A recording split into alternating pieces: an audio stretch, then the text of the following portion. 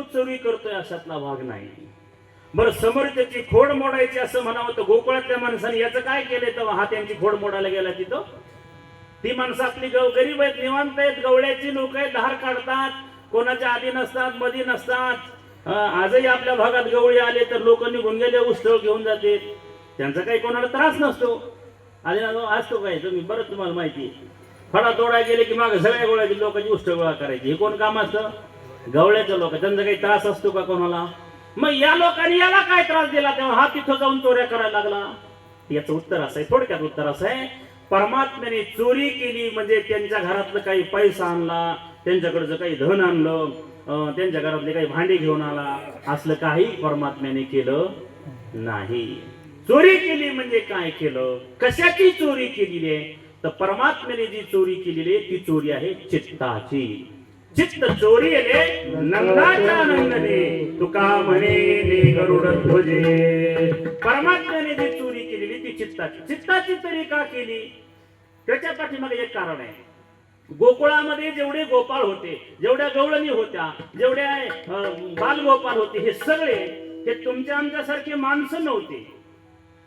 हे तुमच्या आमच्यासारखे दिसायला जरी जरूर माणसं होते तरी हे माणसं नव्हते. हे पूर्वजन्मातले काही ऋषी होते, काही मुनी होते, काही जपी होते, काही तपी होते, काही योगी होते. वेदामध्ये 3 कांड आहेत, ज्ञानकांड, कर्मकांड आणि उपासना कांड. ज्ञानकांडाचे काही मंत्र आहेत, कर्मकांडाचे काही मंत्र आहेत आणि उपासना कांडाचे काही मंत्र आहेत. 80,000 मंत्र हे उपासना कांडाचे आहेत आणि उपासना कांडाचे 80,000 मंत्राने परमात्म्याची सेवा घडावी, परमात्म्याचं दर्शन व्हावं म्हणून मंत्रच स्त्रीच्या रूपानं गोकुळात अवताराला आले. हे मंत्रच आहेत. हे काही सामान्य माणूस नाही आहेत, हे कोणी सामान्य स्त्रिया नाही आहेत. आधी गोकुळामध्ये जन्माला आलेले गोपाळ आणि गवळणी हे कोण सामान्य नाही आहेत महाराज.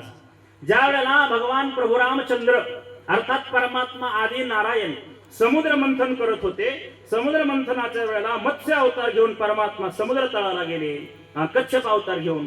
आणि कच्छप अवतार घेऊन परमात्मा जेव्हा समुद्र तळाला गेले, हजारो मत्स्य कन्यांनी परमात्म्याला पाहिलं आणि भगवान परमात्म्याला पाहिल्यानंतर त्या परमात्म्याच्या विषयी आपल्या अंतःकरणामध्ये एक भाव उत्पन्न झाला की हा परमात्मा आपल्याला पती रूपाने प्राप्त व्हावा. म्हणून त्या सगळ्या मत्स्य कन्या गोकुळात जन्माला आल्या. काही वेदाचे मंत्र जन्माला आले, हजारो मत्स्य कन्या जन्माला आल्या. आणि एक दृष्टांत तुम्हाला सगळ्यालाच माहिती आहे, कोणता? रामप्रभूच्या पायानं दगडाची काय झाली माहिती आहे तुम्हाला? दगडाची. आताच्या बाबाच्या पायानं दगडाची बाई व्हायला पाहिजे.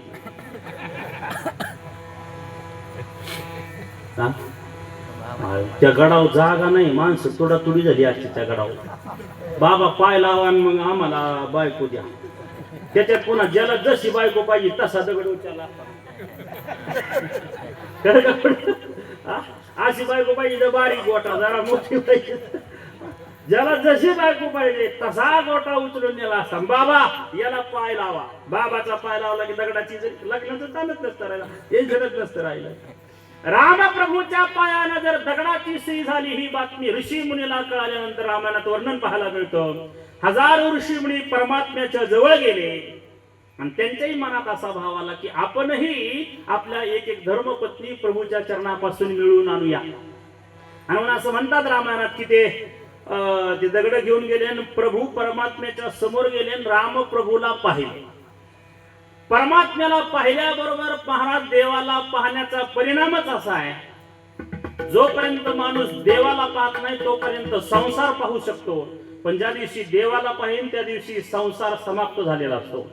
या सगळ्या ऋषी मुनींनी परमात्म्याला पाहिल्याबरोबर आम्हाला स्त्रिया करून द्या हे म्हणण्याच्या ऐवजी असं वर्णन आहे, आम्हाला स्त्रिया करून घ्या असं वर्णन आलं.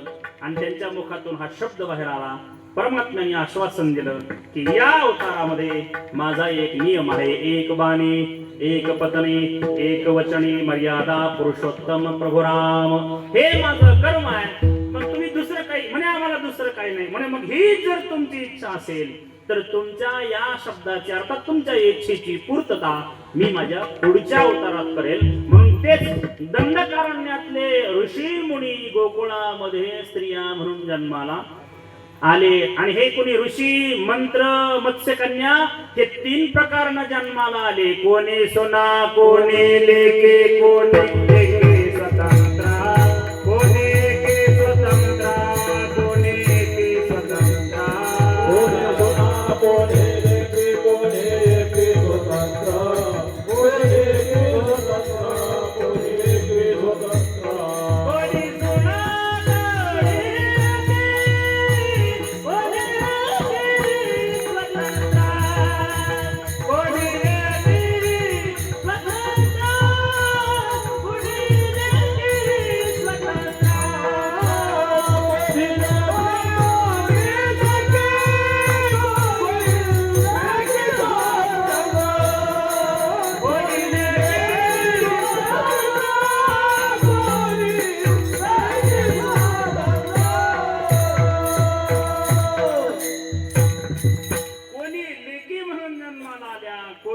सुना म्हणून जन्माला आल्या, तर कोणी सासू म्हणून जन्माला आल्या. कोणी एकी, कोणी सुना, कोणी लेकी, कोणी एकी स्वतंत्र, सासू म्हणून, सून म्हणून आणि लेक म्हणून, अशा 3 प्रकाराने या गवळणी काय झाल्या जन्माला आल्या. माझा मुद्दा लक्षात द्या बरं का. इकडे कीर्तन थोडक्यातच होणार आहे पण मुद्दा लक्षात द्या.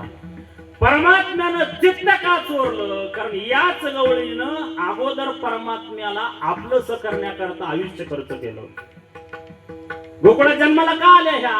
कारण यांची इच्छा काय होती की तो परमात्मा आपल्याला मिळावा, म्हणूनच ना, म्हणूनच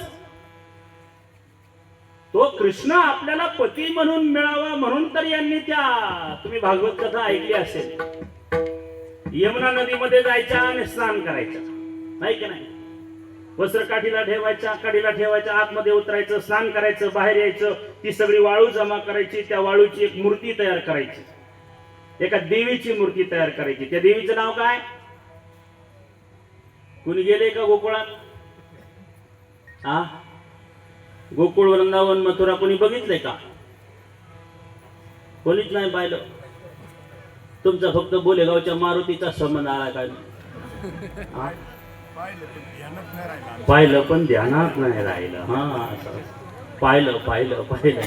गोकुळामध्ये एक देवी आहे आणि त्या देवीचं नाव आहे कात्यायनी माता, कात्यायनी महामाई, महायोगिन्यधीश्वरी, नंदगोपसुतं देवी पतिम्मे कुरुते नमः. तिचं नाव आहे कात्यायनी. आणि तीच मूर्ती तयार करायची गवळणी. आणि गवळणी मूर्ती तयार करून झाली की त्या देवीची पूजा करायच्या. आणि त्या देवीला काय म्हणायचं? नमस्ते त्वांबिके भीक्ष्ण विवस्वानिवा भूयात् पतिर्मे भगवान कृष्ण सदनुमोदता.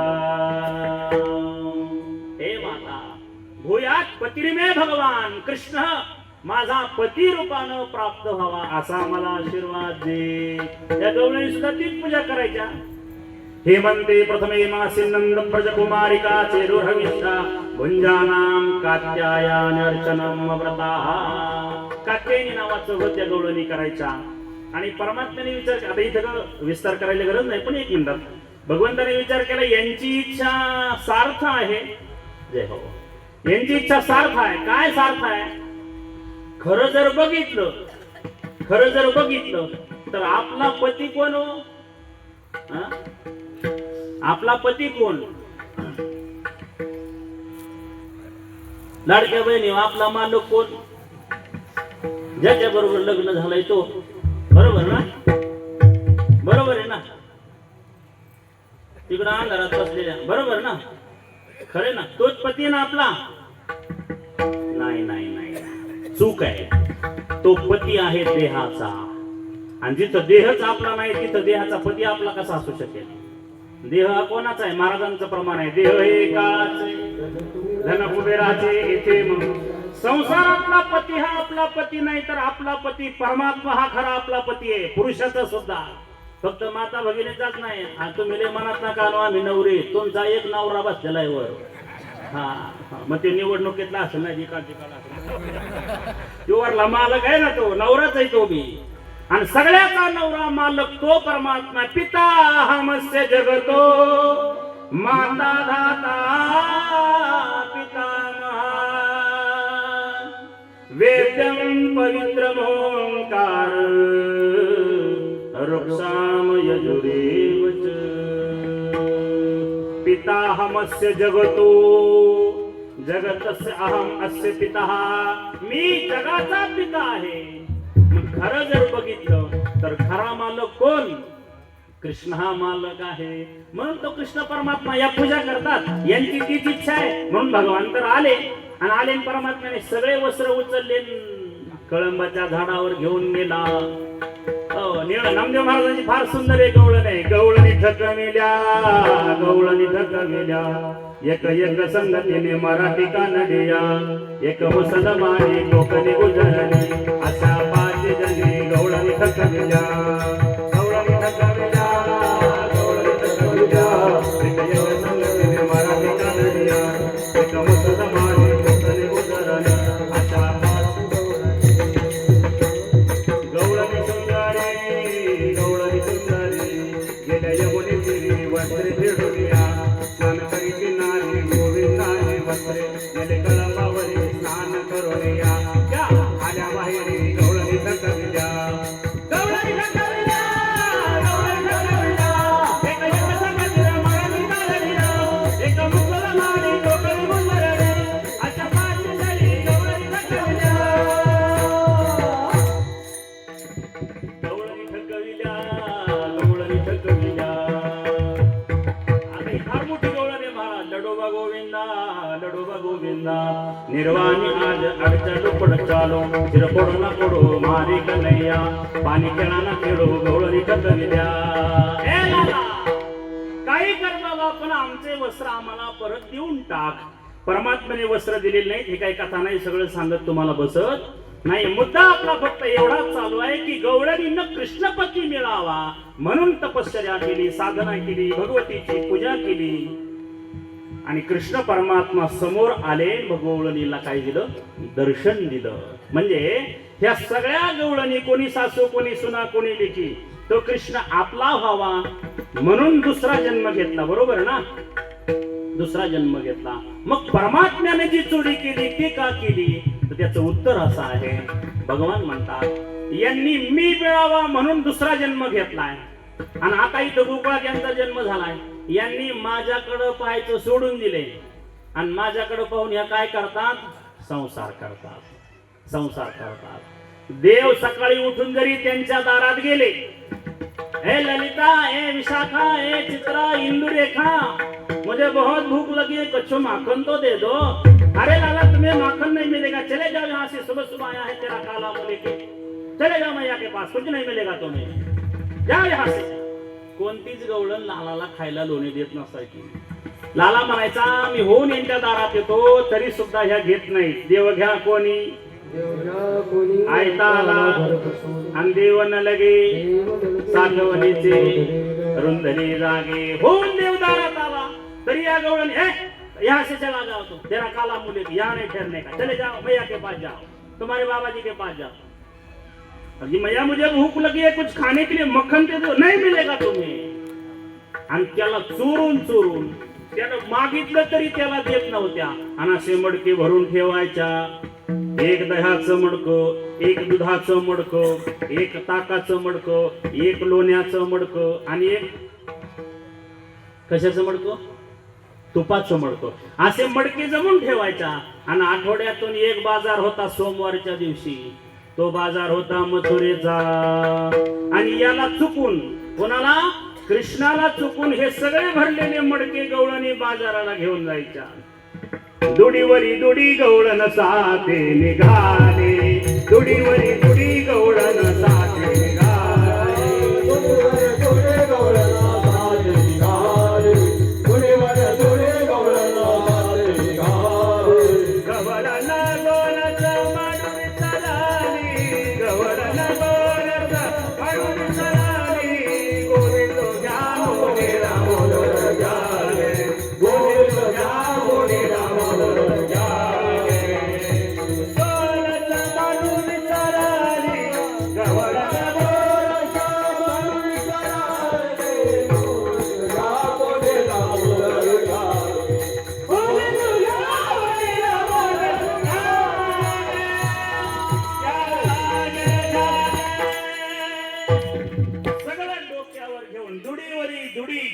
साते, साते म्हणजे बाजार. दुडीवरी दुडी म्हणजे घड्यावर घडा, मडक्यावर मडकं ठेवून दुडीवरी दुडी गवळण साते निघाली. साते म्हणजे बाजाराला निघाले. आणि मग भगवान परमात्मा विचार करतात की मी इथे जो आलो तो कशासाठी? यांची इच्छा पूर्ण करण्यासाठी. कारण यांनी पूर्वजन्मात माझ्याकडे मागणी केली की मी यांना पती रूपाने मिळावा, मी यांचा देव व्हावा, यांनी माझी सेवा करावी अशी यांची इच्छा होती. म्हणून यांनी जीवन खर्च केलं. आणि आता योगायोगाने मी यांच्या जवळ आलो तर यांनी माझी सेवा करायची सोडून, मला खाऊ घालायचं सोडून, मला पती मानायचं सोडून प्रपंचच करत बसल्या. मग भगवान परमात्म्याने विचार केला की आता यांना प्रपंच करू द्यायचा नाही. कधी कधी काय असतं, भक्ती करण्यामध्ये माणसाचं हित आहे ते माणसाला जरी कळालं नाही तरी पण देवाला कळतं की यांचं हित याच्यातच आहे. जसं मुलाला खाऊ घातल्याच्या नंतर मुलगा आजारी पडेल का तो पुष्ट होईल, तो सुखी राहील, हे त्याला लेकराला काही कळत नाही, त्याला खायचंही कळत नाही. पण आईला बरोबर सगळं माहिती असतं. वेळेवर आई त्याला आंघोळ घालणार, वेळेवर आई त्याला भाकरी खात असेल तर भाकरी, नाही तर मग काहीतरी त्याला सूप पाजणार. जर अलीकडच्या मावल्या बऱ्याच सूप पाजतात, काही काही वेगळं वेगळं करून त्याला कशाचं पाणी पाजतात, कोणी नारळाचं किंवा अजून काय काय असतं. लेकर आहेत ना तुम्हाला? काय काय असतं मग? यांना काय माहिती याची, यांना काय माहिती, ह्या अशा जाऊ द्या तिकडे बोलेगाव फिरायचा. काय असतं याकडे, काय पाहिजे तो आपण ते काहीतरी पाहिजे ना. हा बघा, हा मामी तांदळाची खीर करायची, अजून कशाची असती, हा बचनागाची कांडी उलशी टाकायची त्याच्यात. लय चौदार खीर होती त्याने. ती अशी खीर त्याला पाजली जाते, दूध पाजलं जातं आणि काही फळाचा रस ज्यूस करून त्याला दिला जातो. ते त्या लेकराला नाही कळत, पण त्या आईला माहिती याला जर नाही दिलं तर आजारी पडेल, याचं दुखेल, याला त्रास होईल. बरोबर वेळेवरती आई त्या बाळाला देते. आई लेकराला कळत नाही, पण आई जसं खाऊ घालते तसं भगवंताने विचार केला यांचं कल्याण करण्याकरता मी इथं आलोय. यांना नाही कळत पण मला कळतंय ना. मी जर यांना योग्य रस्त्याला लावलं नाही यांचं वाटोळ होऊन जाईल ना, यांचं वाटोळ होईल. येतो हिताचा कळवळा पडती हाती म्हणून काळा. म्हणून परमात्म्याने विचार केला की यांचं जे चित्त प्रपंचात लागलेलं आहे, प्रपंचातलं चित्त मी माझ्याकडे आकृष्ट करणार. आणि मग चोरी केली, दह्या दुधाच्या निमित्ताची चोरी केली, त्याच्याकडे कमी होता अशातला भाग नाही. पण दही दूध चोरी झालं रे झालं की आपोआप गोकुळात बोबाटा व्हायचा. काय बोबाटा व्हायचा? तया विनाशी नोहे दुसऱ्याची, त्याच्याशिवाय ही नासधूस कोणी केलेली नाही. हा चोर दुसरा तिसरा कोणी नाही. हा चोर कोण आहे? नंदाचं कार्ट जे आहे तोच हा चोर आहे. ही चोरी दुसऱ्यानं केलेली नाही, तोच चोर आहे. आणि मग जसा जसा भोबाटा व्हायचा, जशी जशी चोरी होऊ लागली तसं मग सगळ्या गावात वार्ता पसरू लागले. नंदाचं कार्ट चोर आहे, यशोदेचं लाला चोर आहे, त्यानं चोरी केलेली आहे, नाही की नाही. त्याच्या नावाचा बोबाटा होऊ लागला. आणि जसं तो चोरी करतोय असं ध्यानात येऊ लागलं.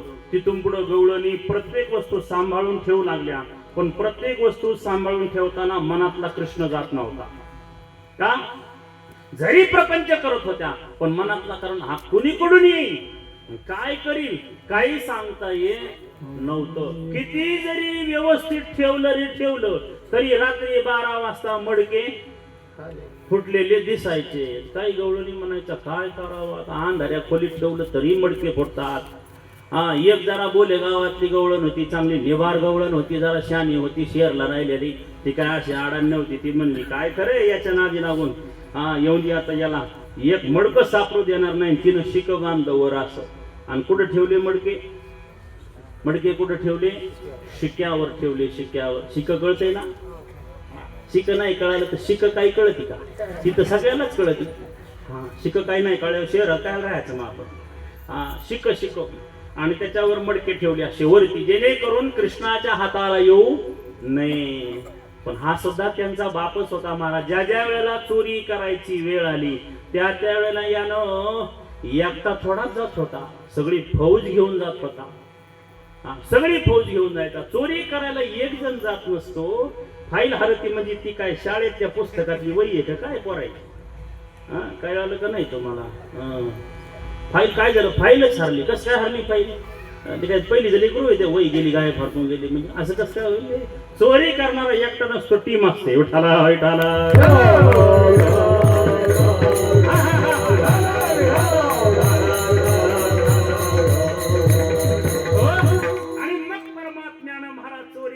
केल्यानंतर मग परमात्मा सगळ्या गोपाळाला घेऊन जायचा आणि मग एकाच्या खांद्यावर एक, एकाच्या खांद्यावर एक, एकाच्या खांद्यावर एक असा गोल आकार करायचा. आपल्याकडे दहीहंडी फोडतो ना आपण, तोच प्रकार तिथूनच आलेला आहे.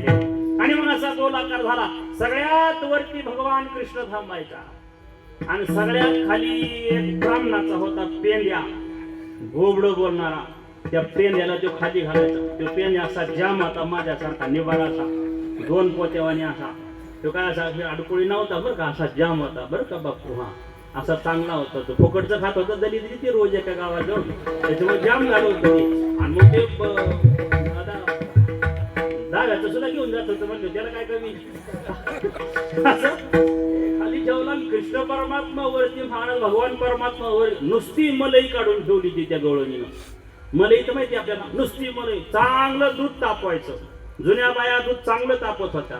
याचा अर्थ आताचे चांगले तापीत का? खरंय खोटे काय म्हणतात? मग आता आम्ही तापीत नाही तर काय तुम्हाला तसंच प्यायला देतो काय? बाबा लोक आमचंच खाते ना, आमच्या टिंगली उडी देवा.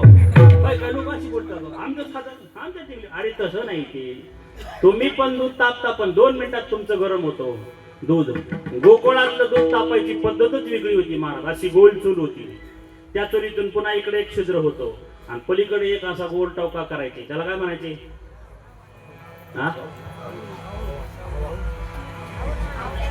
आवलंच का? बरोबर ना? का भुका लागल्या तुम्हाला? बोला पटापट मोठे बोला. आवल्यावर जे दूध तापतं ते जाळावरच तापतं, पण जाळ त्याला लागलेला नसतो. म्हणजे काय? म्हणजे काय? ते जाळावरच तापतं पण जाळ नसतं लागलो. जाळाची झळई लागलेली असते त्याला. ते दूध अग्नीवरच तापतं पण अग्नी त्याला स्पर्श करत नाही. आणि त्याच्यावर तापलेलं जे दूध असतं, थोडा थोडा अग्नी त्याला जातो.